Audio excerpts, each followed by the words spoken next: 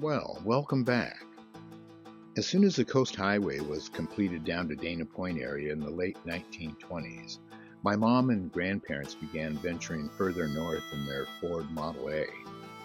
Although I grew up in San Clemente, I spent a good deal of time in and around Laguna Beach. I remember taking art lessons in Laguna Canyon in the early 60s, skin diving and beach combing the beaches from Three Arch to Crystal Cove, and lifeguarded many of the local lagoon beaches from Monarch Beach to North Aliso during the 70s. Now I've added color again to these photographs in hopes of bringing them to life and making them a bit more relatable, no disrespect intended. I've also experimented with a new software to enhance these images, creating some amazingly detailed snapshots of a time gone by. A quick disclaimer, this video merely scratches the surface of Laguna's rich history and highlights many, but not all, of the first pioneers and families to make Laguna Beach their home, a story that stretches back to the indigenous Tongva who first discovered this area thousands of years ago. The name Laguna itself can be attributed to the Tongva who named the area for the naturally occurring spring-fed lakes along Laguna Canyon. According to a Mexican map from 1841, these were the only two lakes in Orange County at that time. If you've ever visited Southern California, you have no doubt visited Laguna Beach. The picturesque rocky coves and beaches in Laguna is a mecca for tourists and artists, and has been for nearly a century and a half. And believe it or not, the birth of Laguna Beach has everything to do with westward expansion following the Civil War and Abraham Lincoln's Homestead Act of 1862. In this 1889 map of the newly formed Orange County, you can see that Arch Beach and Laguna are the only two population centers identified between the cities of San Juan Capistrano and Newport Beach. As it turned out, the proposed Arch Beach township shown here would suffer the same fate as the railroad boomtown of San Juan by the Sea. For a short time, though, it looked promising, but again, timing is everything. The real estate bust of 1888 to 1890 forced many early settlers to flee. Many of them actually took their structures with them. Lumber was a valuable commodity at that time. Unlike Laguna's sister cities of Dana Point, Capistrano Beach, and San Clemente, and most of Orange County for that fact, the land, which eventually became the city of Laguna Beach, was not included in the ranchos and was therefore government land that could be homesteaded according to Abraham Lincoln's Homestead Act of 1862. Between 1871 and 1916, 39 individuals applied for and received a patent for homesteading land in Laguna, Arch Beach, Aliso, and south to Three Arch Bay. These homesteaders collectively laid the groundwork for the formation of the city of Laguna Beach, which eventually incorporated in 1927, the first incorporated beach city in South Orange County. At the bottom of this map, where Aliso Creek meets the sea, you see the name Thurston. In 1870, this area was originally homesteaded by Eugene Salter as a sheep camp, but must have found the living conditions a bit too rough and soon abandoned the property. It was at this time that George Thurston and his family of 8 made their way down Laguna Canyon by wagon to the coast in search of land to homestead. When they arrived at the beach, George met a fisherman that suggested he might find a piece of government land about 4 miles south along the coast at Aliso Canyon. After traveling all day, the family finally arrived at Aliso Creek. As they moved inland along Aliso Creek, Salter's small cabin appeared a short distance ahead. As George's son, Joe Thurston, writes in his book titled Laguna Beach of Early Days, "When we first arrived, we had one room and a tent. Finally, Father got lumber and built a room at the end of the tent. When the tent finally gave out, the space was also enclosed. The partition was removed, and this room, together with the old cabin, was used as a kitchen, dining room, living room, and a dance hall. When I was too young to know how the living was made for the first 2 years, I do know that we were all living at the end of that time, that we had another cow, a flock of chickens, and a few ducks. I was old enough, however, to feel the isolation of the place. There was no one living along the coast from Newport Beach to San Juan Valley, a distance of about 20 miles. Pictured here is the George and Sarah Thurston family. I think this photo must have been taken about the turn of the century, although I know George left the family in 1885 and it may be a bit earlier. Joe Thurston, born in 1868, can be seen at the top right. Joe explained that his older sister, Rosetta, was stolen by Indians while at play, also in 1868, and is not seen in this photo. Joe's sister, Harriet, top left, also recorded her memories in a book titled Children of Aliso.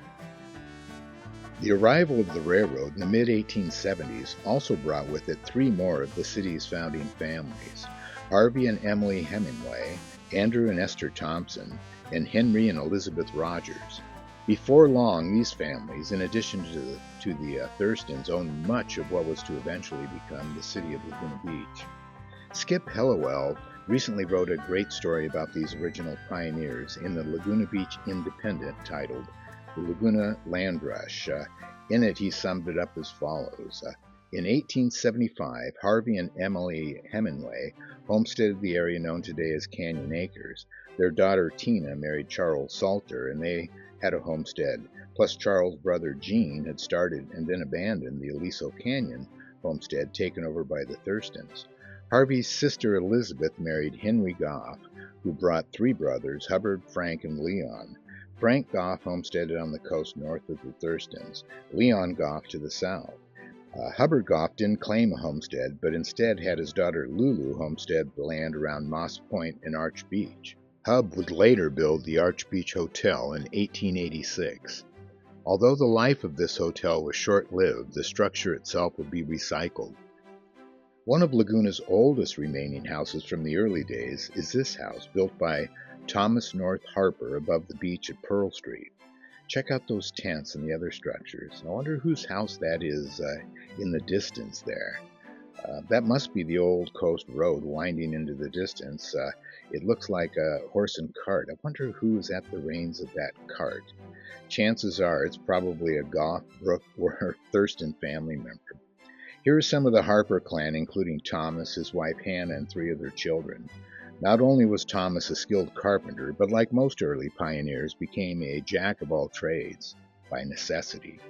Arch Rock can be seen behind them in the lower left corner. Now here is a photo of Andrew Wesley Thompson. In 1876, this Mormon preacher and elder and Civil War veteran arrived with his family in Laguna Canyon, bringing with him a tent, a wagon, and some farming equipment. He settled in this area he later called Spring Ranch because of the many springs on his property, and began raising cattle and growing grain like most of the other ranchos that still existed throughout Orange County. He, like many others, came west following the Civil War in search of land. Unlike many of the homesteaders, Mr. Thompson purchased the 172 acres outright, paying $1,500 cash. He also acquired 160 acres of government land, which gave him quite a large spread. The Rogers clan settled in the downtown area. Parents Henry and Elizabeth Rogers filed a homestead in the hills, while their son George purchased an earlier homestead by John Damron and subdivided today's downtown area. Harvey's other sister, Sylvia Brooks Draper, came with her sons Oliver, Nate, and William. In June of 1876, William Henry Brooks homesteaded the area now known as Woods Cove. His brothers homesteaded farms above his claim. William's wife, Annie H. Brooks, named the place Arch Beach after a natural rock arch near the end of Pearl Street through which one could walk at low tide. This beachfront house was built in 1887 by Mr. and Mrs. George Taylor overlooking Arch Beach. The Taylors can be seen in a cart just to the right of the porch. In this image, you can see the typical board and batten construction that became very prevalent at this time. Here's another small beach house overlooking Victoria Beach with Goff Point and Goff Island in the distance. This must have been the land that Hub Goff's daughter, Lulu, eventually homesteaded in 1891. Hey, check out the campers on the point.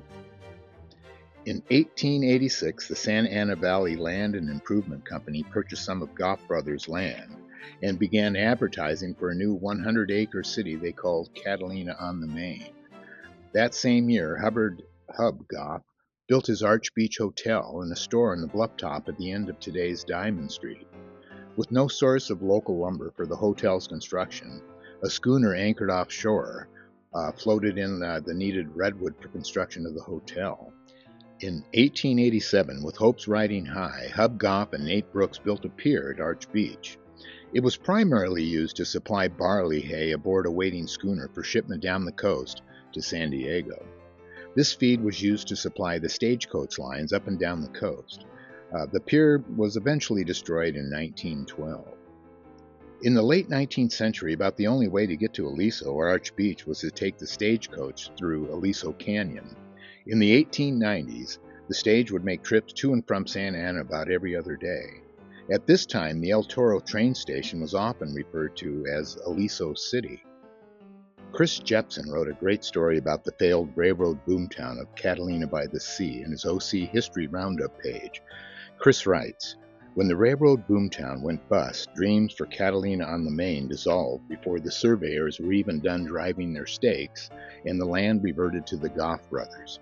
Brooks' original Arch Beach subdivision did a little better, writes Meadows. Some houses were built and a small village developed. On June 21, 1889, the community was granted a post office, 2 years before Laguna Beach, but the lack of patronage caused it to be closed on May 24, 1894. In 1906, Clementine, Clemma, and Edwin Woods bought much of Arch Beach area. The couple would become active community members and donated a great deal of money to improve the community. The town site on the cliffs was called Woods Point, and the coast below was named Woods Cove. Even with a lack of a dependable highway, tourists made their way in droves up and down the coast, visiting destinations like Aliso Beach, Goff Point, now Treasure Island, Woods Cove, and Arch Beach to the south of Laguna proper. At this time, Arch Beach and Laguna were two separate villages. Here's a cool shot looking down the coast from Goff Point, Treasure Island, down to Aliso Beach and Camel's Point. Check out the old coast road, and the campers on the bluff, and on the beach down at Aliso. I showed this photo before, but want to shout out to all of my former lifeguard friends that guarded the beaches around the Giggle Crack. God, I wonder how many early tourists may have drowned there, or broken their neck in the large shore break. Here is what Aliso Creek looked like at the turn of the century. As you can see, most of the area was farmed, and much of that was lima beans.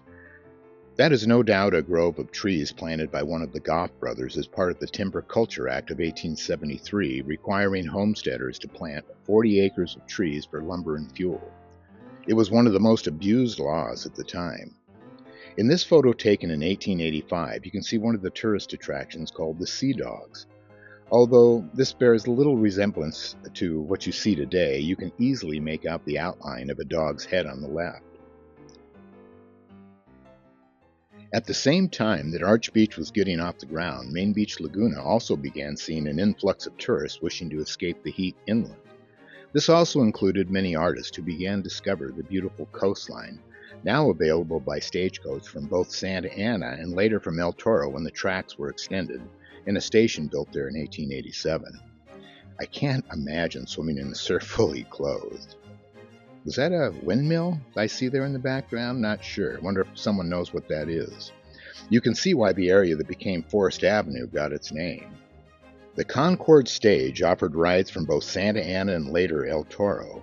In the 1890s, the stage would make trips to and from Santa Ana about every other day. In the late 19th century, about the only way to get to Aliso or Arch Beach was to take the stage through Aliso Canyon. Oscar Warling and John Nicholas Ish ran the Palace Stables, built in 1895. This photo was probably taken around 1900. Warling also operated a stage line. As the times changed and automobiles began to increase in numbers, they evolved into an auto repair shop and service station. Here's what the stables looked like in 1912. Located on the corner of Forest Avenue and Coast Highway, it was the perfect place to accommodate travelers.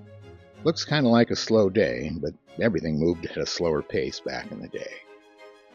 Here is the Warling Stage and Grocery Store, evidently a one-stop shop. Now in the photo, the driver of the stage was identified as William Brooks. Here is a photo of the short-lived Brooks Hotel built by William Brooks. It was also a grocery store, post office, and barber shop. Unfortunately, it met the fate of many old wooden buildings and burned down only 60 days after opening. They reported that the only thing saved from the fire was a ham, which was thrown out the store window. I found and blew up a photo of William Brooks driving the Laguna stagecoach at about the turn of the century. It appears that William had his hand in just about everything in the early days, as did most of the early pioneers. In 1888, Henry Goff built the Alpha Hotel. It sits on the current site of the Hotel Laguna. 66 days after the grand opening, the hotel burned down and had to be rebuilt. The economic depression of 1890 led to the sale of the hotel to Joseph Yacht, who eventually reopened the hotel under the name of the Laguna Hotel in 1897. After reopening, Yacht, who had also purchased the abandoned Arch Beach Hotel, had the structure cut up in 3 pieces and then had it moved roughly 2 miles to Laguna proper. This must have been quite an engineering feat at the time. The structure was added to the Laguna Beach Hotel to become the new Laguna Beach Hotel. It now had 30 rooms and 2 bathrooms. I wonder if they supplied patrons with chamber pots. If you stayed in the Laguna Beach Hotel, you no doubt took advantage of the opportunity to cool off in the surf at Main Beach. This must have been taken before the pier was built at Heisler Point in 1896. Here is a shot of the pier, originally built in 1896. The pier was rebuilt and lengthened in 1911. This in turn was rebuilt again in 1926. Unfortunately, the final blow came in 1939 when the tropical storm El Cordonazo destroyed the pier. They decided at that time not to rebuild it. Here is another shot of beachgoers enjoying the sand and surf. Some pretty stylish swimwear, I'd say. The turn of the century was a time of hats. There were hats for all occasions, including swimming. Swimsuits at the time were made of heavy materials like wool, flannel, or canvas. These fabrics made them sturdy and a little bit more modest when wet, but were definitely not ideal for swimming. This shot almost looks like a modern-day ad in a surfing magazine for wetsuits or swimsuits. Well, when they still had printed surf magazines. This shot must have been taken from the pier and looks south along Main Beach. I'm guessing the photo was taken around the turn of the century. The hotel was expanded by Joseph Yacht in 1897. Check out all the eucalyptus trees for Forest Avenue runs. A large grove of eucalyptus trees was planted when Henry Rogers homesteaded the area. I'm not sure about the gentleman in this photo, but the house directly behind him belonged to Lorenzo Nate Brooks. Nate paid his uncle George Rogers $50 for this prime beachfront lot. I wonder if that's Nate Brooks in the photo. A beautiful day for a stroll. Louis Fenno Moulton with baby Charlotte in a wicker stroller. Yes, the Moulton from Moulton Ranch. Louis Moulton purchased Moulton Ranch from Cyrus Rawson in 1895. Here is Louis Moulton at his ranch sometime around 1920, I believe. Louis Moulton died in 1938 at the age of 84. From that point on, Nellie Gale Moulton continued to run the Moulton Ranch until 1951, when her daughter Charlotte and son-in-law Glenn Mathis took over. Although there were few cattle or sheep within the boundaries of Laguna Beach itself, they both continued to roam the surrounding hillsides and valleys throughout the late 19th and early 20th centuries. I believe this photo was taken around 1915. I didn't notice the cowboy in the background until I enhanced this image. The original Moulton homestead was located roughly where the old Laguna Hills Mall used to sit. In addition to raising sheep and cattle, the ranch was also used for dry farming, a method of growing crops like lima beans without irrigation during the dry season, relying on moisture stored in the soil from the rainy season. Here is the Ish General Store and Post Office. Vicki Vetter Sweet shared this 1917 black and white photo of her grandfather, Glenn Vetter, as a child sitting in the horse and buggy with his grandmother. What a cool piece of family history. Known for his trusting ways, he never locked up when he went fishing. Customers came in to shop and pick up their mail. They could pay the next time they came in. For a number of years, the only telephone in town was in the store. The phone was connected with the Irvine Ranch House, and messages could be relayed from there to the outside world. Here is Nicholas Ish enjoying a day of fishing at Crescent Bay. And there's another interesting eclectic collection of hats. And the family dog, look close. At the turn of the century, visitors arrived by stage to Laguna by way of Laguna Canyon. Here's another shot of William Brooks ferrying passengers to town. I believe this might be the stage that was used as a prop and run off a cliff during the filming of an old silent movie at Laguna Beach. Old Joe Lucas, Laguna's first greeter, arrived in the 1880s, supposedly after a shipwreck. Sitting in front of Yacht's store on Laguna Avenue, he would greet and bid farewell to every stagecoach that came to town and was known as Laguna's first greeter. Here's Old Joe above Fisherman's Cove around 1900, a shipwrecked Portuguese sailor whose English vocabulary consisted of only swear words, which he used profusely. Joe passed away in 1908, but a series of greeters picked up the proverbial baton, a tradition that lives to this day. Not only did tourists rely on the stage to get them to Laguna Beach, they also relied on them to taxi them around town once they arrived. I guess this might be considered the first Uber service in Laguna. This photo must have been taken shortly before Yachts expanded the Laguna Beach Hotel. Joe Thurston made regular runs from his home in Aliso Canyon to sell his vegetables to the many tourists and other homeowners in Laguna Beach. This included the Laguna Beach Hotel as well. Joe's sales techniques were simple, as Joe recalled in his writings. Occasionally someone would complain about prices, just from the force of habit. In such cases, I would at once raise the price. They would smile and say no more. I was sometimes asked how I could tell when the melons were ripe. I replied, "When I find a watermelon I think is ripe, I leave it on the vine. When I know it's ripe, I pick it." Besides enjoying the surf and sand, early tourists enjoyed other pursuits, like tennis. You can see the Laguna Beach Hotel in the background. Again, check out all the stylish hats and that oversized umbrella. A pleasure pier was built in 1896 after the 16 registered voters in Laguna unanimously decided a pier was a necessary element of a burgeoning hamlet. Citizens helped to build the pier, which was primarily constructed of railroad ties. This is one of my favorite old photographs of the growing city of Laguna Beach, and there certainly is a lot to unpack in this photograph. Howard Heisler was an important real estate entrepreneur in the early days of Laguna, and he, along with L.C. McKnight, acquired most of the land which now comprises North Laguna from the Irvine Company and subdivided it in 1906 under the name Laguna Cliffs. This was the first tract in Laguna to have water directly piped to each lot, an important achievement for the growth of this sleepy little seaside village. You couldn't miss their banners as you entered town. The viability of any new city at this time hinged on the access to drinking water. Eventually, they would need a larger and more dependable water source, something they accomplished in 1927. But for now, this would fill the need. I should note, however, that Nate Brooks is credited with installing the first water system, piping in water from Bluebird Canyon to the Arch Beach hamlet in 1888. You can see the old Mormon schoolhouse in the center of this photo, taken in about 1908.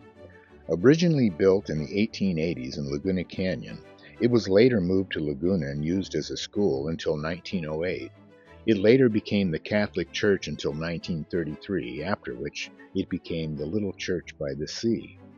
This is the new two-room schoolhouse that replaced the original building.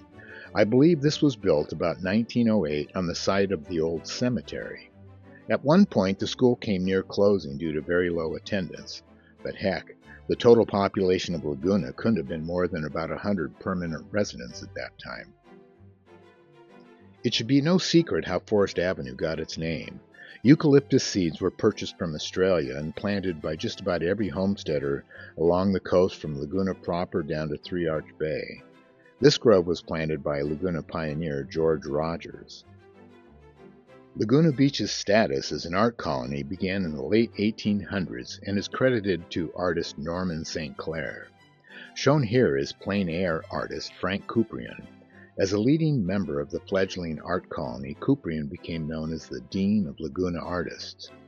Kuprian's studio, which he named the Viking, was located on a bluff overlooking the Pacific Ocean.